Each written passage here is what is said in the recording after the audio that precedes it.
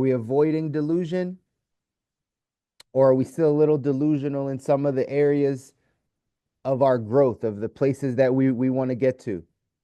You have the want, but do you have the work? You have the want, but do you have the work?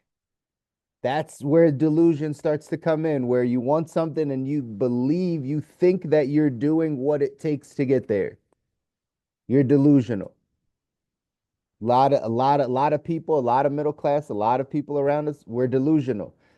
I'm gonna pull it up in 177 mental toughness secrets, but not that chapter. One of the chapters it talks about people being delusional, and what it says is in this example, most people, like 65, 70% of people are obese in our country, right? Not just overweight, they're obese, right? By guidelines, by like technical guidelines of how what your body mass index is, they're obese. You ask most people that are obese, right? That if they have to lose weight, they're like, "Oh yeah, I need to lose a little weight. No, I need to. I'm a little bit over." You don't hear them say, "No, I'm obese. I need to get things going. I'm obese." That is states of mild delusion. When you think that you only have a little bit, but really you have a lot.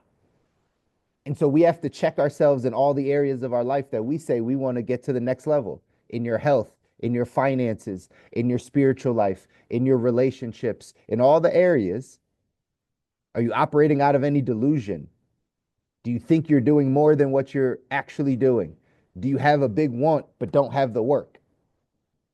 You say you want to do well in your finances, but we don't do the work to do well in our finances. We don't budget, we don't track, we don't save, we don't grow our income. We don't do any of those things, but we want it. We want to be healthier, but we don't want to wake up early and go to the gym. We don't want to wake up and eat the right way. Like, this is an issue for people that are around us in society, but it can't be for you. It can't be for us. The people that are going off to design their ideal life. You have to be brutally honest with yourself about where you are, because it's the only way you're going to make change.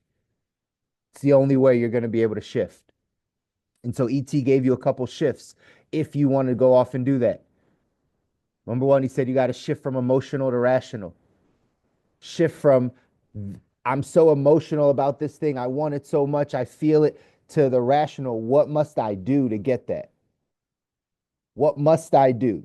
The rational. What is the actual work I have to put in? What are the actual steps I need to take in order to do that? The emotion drives it, but you need to put in the work in order to make that happen. Does your work ethic match your ambition? Said another way. Does your work ethic match your ambition? People that have a high ambition, there's a lot of things you want, that life that's up ahead, that life that you don't need a break from, that life you're trying to design, it's big. You probably don't even know anyone living that life. That's the life you want to live. That's great.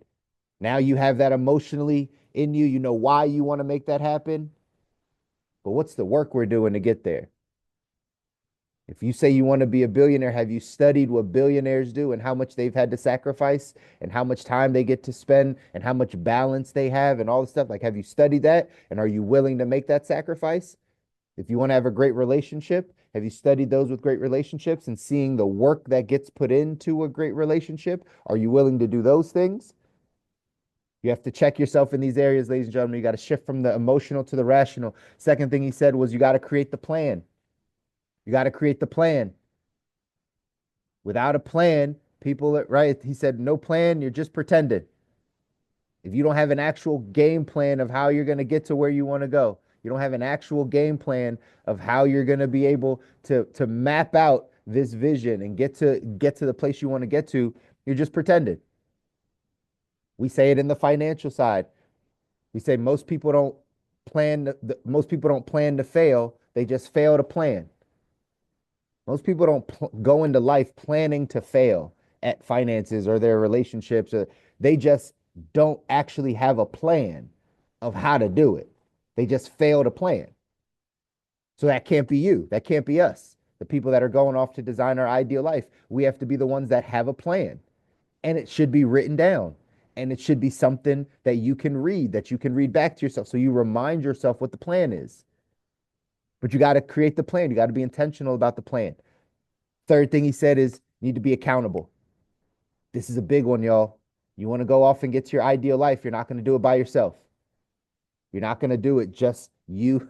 I like what ET said. He said, you taking the test and grading your own paper, right? Taking the test and grading your own paper.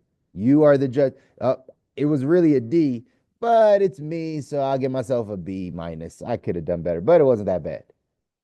No, no, no. Like you have to have somebody that holds you accountable. You say you're going to do this, they come alongside you and hold you accountable to doing what you said you were going to do.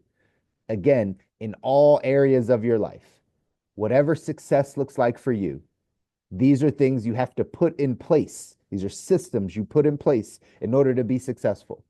Do you have a system of accountability? Do you have a system of accountability in your health?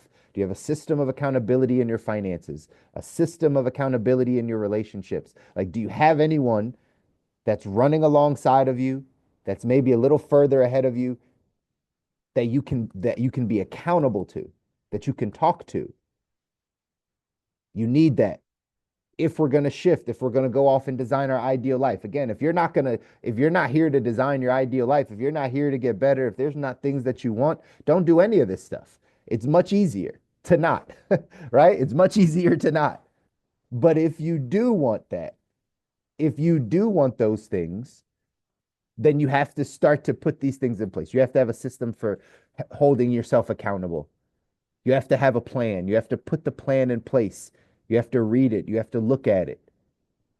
And you got to make sure you're getting away from just the emotional motivators to the rational ones, to the ones that are actually driving you and going to push you to get to the life that you want, y'all. The world class operates from objective reality. It's the first chapter of the book. The world class operates from objective reality. It's important if you're going to go off and design your ideal life that you operate from objective reality. What does that mean? Let's dive in. It says in 20 years of competing, coaching, and working with performers from various fields, I've discovered most amateurs suffer from mild to severe delusion in relation to their efforts and competencies. Say that again. He said, I've discovered most amateurs suffer from mild to severe delusion in relation to their efforts and competencies. In other words, most people delude themselves into thinking they are working harder than they are and that they are more competent than they actually are. Of the 5 major levels of conscious awareness: poverty, working, middle, upper, and world, my experience has been that performers at the middle class levels of consciousness suffer the grandest delusions. The poverty level is barely surviving and living in a very harsh set of circumstances. The working class is punching a mental time clock and counting the days until retirement. They're usually not expecting much, and no one around them expects much either. They're typically not concerned about climbing any higher. It's the middle class that is most incongruent with reality. They are operating at a high enough level to understand that higher levels exist. Although they don't expect to get there, the thought crosses their mind from time to time. Because of their low expectations, their actions are incongruent with their desires. Their actions are incongruent with their desires. In other words, they want to live the life of the world class, but they're unwilling to pay the price. Since this reality is too harsh to bear, they delude themselves into thinking they're doing everything in their power to get ahead. Of course, they're not. They'll tell you they're putting in far more time than they are. They'll swear that they're thinking about their vision all the time, but they're not. The world class is brutally honest with themselves, and they tend to look reality in the face. They err on the side of over practicing and over preparing. Champions know that to ascend to the top, you must first be operating from a mindset of objective reality. Self-deception and delusion have no place in the professional performer's consciousness. Self-deception and delusion have no place in your consciousness. Deceiving yourself that you are doing more than what you believe doing more than what you're actually doing, or you're closer than you actually are, right? Is how we live in states of delusion. It's when we say, I'm not doing that bad, but we're in $50,000 of debt, right? I'm not that bad. right? It's mild delusion. The opposite is being brutally honest with yourself and saying, "Man, I'm doing really bad right now. Man, my relationship is really not good right now." Like, understanding how to be honest with yourself will then help you get to another level of consciousness. And back to that Albert Einstein quote. Albert Einstein says, "A problem cannot be solved at the same level of consciousness it was created." A problem can't be solved at the same level of consciousness it was created. So if you've been operating out of a poverty, working, or middle class mindset, and you have problems in your life, you created problems in your relationships, in your health, in your finances, in your business, and whatever, you've created some issues that you want to change, things you want them to be different. Well, you have to get to another level of thinking in order to solve that problem. If you're at the same level of consciousness, you won't be able to solve that problem. Why? Because you probably deluded it. You're probably in a bit of a form of delusion.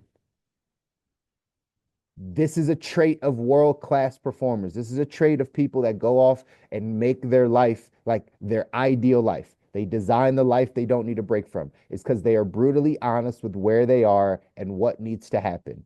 They move away from the emotional into the rational, and they live from a place of objective reality. When you get to that place, when you're at a place of objective reality, you are honest with yourself, it causes you to now step up. It causes you to step up to the plate and say, no, we need to change something. No, I need to do this a little bit differently. No, I need to make a shift in this area. I need to have someone hold me accountable. I can't do this by myself. You start to think and act differently when you're honest with yourself. And so this is again something that we have to be reminded of. We don't always, it's not always easy, y'all. It's not always easy. And it's something we have to remind ourselves about so that we don't go off and just delude ourselves into this place of I'm doing fine by myself where I'm at. The fact that you have people that hold you accountable, the fact that you're intentional about your learning, about your growth, about the plan that you have in place, the fact that you now can put the steps in place to get to the life that you want, that is what builds the momentum to help you get there. But you got to understand, you got to live from this objective reality. Here's what it said for the different levels of consciousness. Only 5% of the population has a world-class consciousness, meaning they go through the stuff that we're going through and they live it. They don't just know it, they live it. The things that we go through in this book every Monday, Wednesday, Friday, the things you've heard by just jumping on these calls over and over, if you live that life, if this is how you operate, you'll be in the top 5%. You'll be in the world-class consciousness. Then you have the upper class consciousness, which is that 10%, but the majority of people, 70% of people, the majority of the people you're around live in middle class consciousness. It's just what we're around. Remember, our environment controls a lot of how we're programmed. The people that we're raised by, the environments we're in, have programmed us to think a certain way.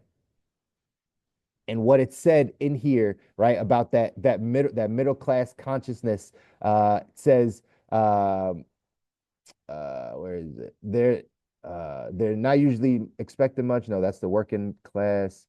I don't know. It was somewhere in there. I'll find it. But the poverty level is barely surviving and living a very harsh set of circumstances. The working class is punching a mental time clock and counting the days until retirement.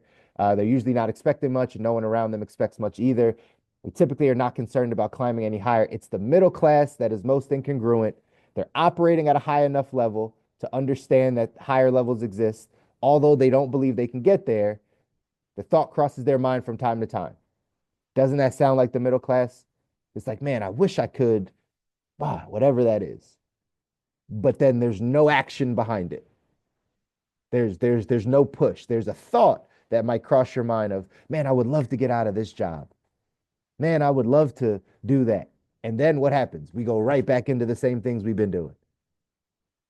And so, middle class consciousness, the majority of people are the most incongruent with reality.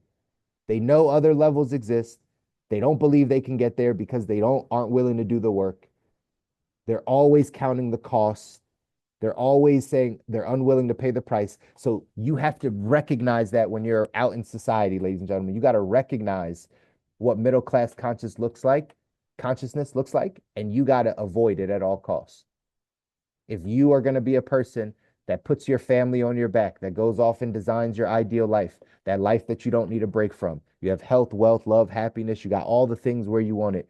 You have to avoid the middle class consciousness. You have to know that whatever you want is possible through the work, through work, not through your smarts, not through intelligence or talent or any of those things. It's through the work of getting yourself better, the work of becoming more competent in what you're doing. It's the time, the energy. We all have the same 168 hours in the week. Where you put your hours will determine what you get out of life. If you put your time into personally developing and meditating and being closer in your spiritual journey and focusing on learning money and learning marketing and learn, like, if that's your life, you will get the things that you want. If we're constantly distracted, we lose focus. We're of middle class consciousness. We're delusional. We think we're doing more than we are. We don't have any accountability in our life. We don't have anyone that can check us and say, nope, you're not on path. You could be doing more. We don't have a plan written out. We don't even have a vision. That's the way we don't get to that life, right? That's the way it doesn't happen. And so, not for you, not for us. We're going out there. We're going to make this thing happen.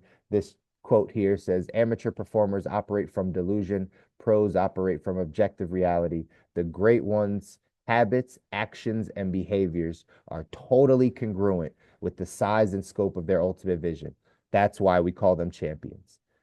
The great ones' habits, actions, and behaviors are totally congruent with the size and scope of their ultimate vision. The things that I say that I want, are my actions, habits, and behaviors leading me in that direction, or are they not? And if they're not, this is the weekend to change it. This is the day to change it. Once you identify, you know what, this habit, these stuff, this isn't congruent with getting me to the life that I want. All right, I'm going to change that. And if you make these decisions, you make these big decisions, and you implement them in your life will change, ladies and gentlemen. I love you guys. I want you to win. You deserve to win. Your families deserve to win. If nobody ever tells you, I'll always tell you. People are counting on you to get this information, put it into practice, build your character, build the capacity that you need in order to go off and handle the life that's up ahead for you. It's never going to be easy, but it's going to be worth it. Do the hard things now, your life gets easier. If all you want to do are the easy things, the things that are comfortable, like ET said, if that's all you're doing, life will get progressively harder for you. If you're not growing, you're dying. And everyone on this call, we got to be growing to get to that life that we don't need a break from.